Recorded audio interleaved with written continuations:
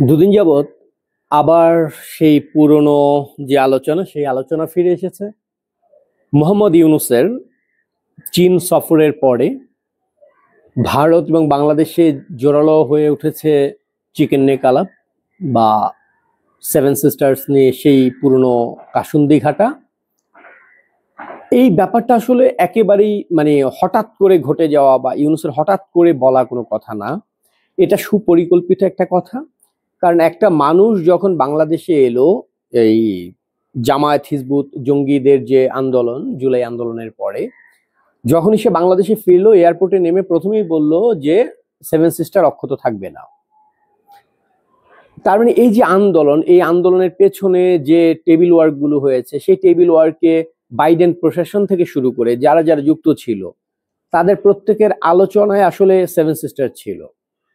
ভারতকে কিভাবে শিক্ষা দেওয়া যায় সেই পরিকল্পনার পুরো একটা সাজানো গোছানো একটা পরিকল্পনা নিয়েই ইউনূস বাংলাদেশে ঢুকেছে।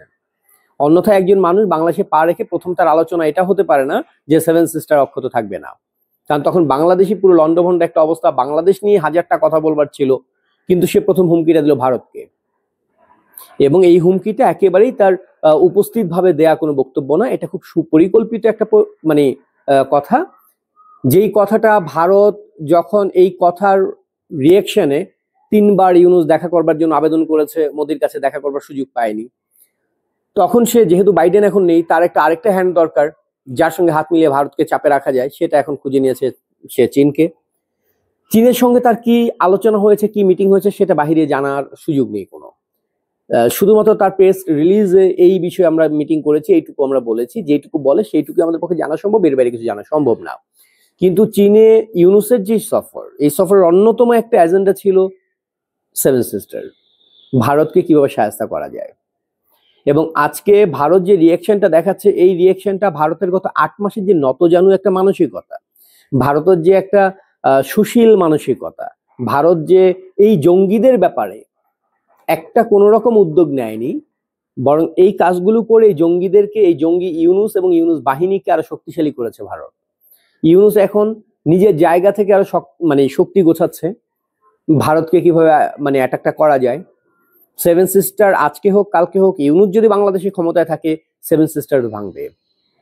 এবং সেটার জন্য ইউনূস শুধু একা না, ইউনূসের সঙ্গে চীন এবং আমেরিকার মতো যে দেশগুলো, সেই দেশগুলো পুরোপুরি সমর্থন দিচ্ছে। এবং ইউনূসকে এখানে বসানোই হয়েছে কিছু পরিকল্পনা বাস্তবায়নের জন্য। তো আজকেও যারা ভারতীয়, যারা মনে করছেন যে জুলাই আন্দোলন জঙ্গিদের আন্দোলন ছিল না, বিশেষ করে ভারতীয় বামেরা, এবং যারা এখনো খুব কূটনৈতিক ভাবে একটা কি বলে যে এইদিকের হুমকি ধামকি গুলোকে তুড়ি দিয়ে উড়িয়ে দিচ্ছেন যে সকল ভারতীয় রাজনীতিবিদরা, আমার মনে হয় তারা নিজেরাই নিজেদের ঝুঁকিটা তৈরি করছেন।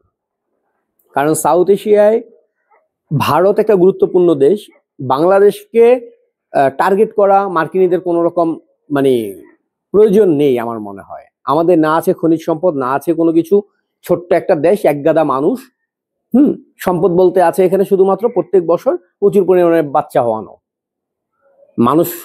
মানুষ জন্ম দেওয়া ছাড়া আর কোনো প্রোডাক্টিভিটি নেই এই জাতির। তো ভারত কখনোই আমেরিকা বা চীন কখনোই বাংলাদেশকে কাউন্ট করে না, কিন্তু বাংলাদেশকে তাদের কাউন্ট করতে হয় সাউথ এশিয়া আমাদের ভৌগোলিক অবস্থানের কারণে। কারণ এই অবস্থানটা ভারতকে নিয়ন্ত্রণ করবার জন্য খুব গুরুত্বপূর্ণ একটা জায়গা বাংলাদেশ। যদি বাংলাদেশে নিজেদের একটা ভালো শেল্টার তৈরি করা যায়, বাংলাদেশে যদি একটা শেল্টার তৈরি করা যায়, ভারতকে সহায়তা করতে সহজ হয়। ভারতের একদম বুকের মাঝখানে বসে ভারতকে সহায়তা করা যাবে। তো ইউনূস যেটা বলছে সেটা আদতে সে করবে। সেভেন সিস্টার আজকে হোক কালকে হোক ইউনূস ভাঙবে, কারণ ইউনূসকে পাঠানোই হয়েছে এই এজেন্ডাটা দিয়ে এখানে। তো যারা ব্যাপারটাকে হাস্যরসাত্মক ভাবে নিচ্ছেন, বিশেষ করে ভারতীয়রা, তাদের জন্য আসলে সমবেদনা। কারণ আপনারা প্রতিবেশী দেশের প্রতি যে একটা কি বলে সম্মান সূচক আচরণ দেখাচ্ছেন, জঙ্গিদের সঙ্গে কখনো সম্মান দিয়ে জঙ্গিবাদকে দমন করা যায় না। মমতা চেষ্টা করেছে পশ্চিমবঙ্গে, আজকে পশ্চিমবঙ্গ নিজেরাই বুঝতে পারছে জঙ্গিবাদকে যে ভালোবাসা দুধ কলা দিয়ে পেলে রাখলে কি হয়। আজকে ইউনূসকে ভারত যতটুকু সমর্থন দিচ্ছে, সমর্থন হচ্ছে যে মৌনতা অবলম্বন করছে ইউনূসের আগ্রাসী মানসিকতার বিরুদ্ধে, এটা ইউনূসের জন্য একটা বড় ক্যাশ হচ্ছে এটা।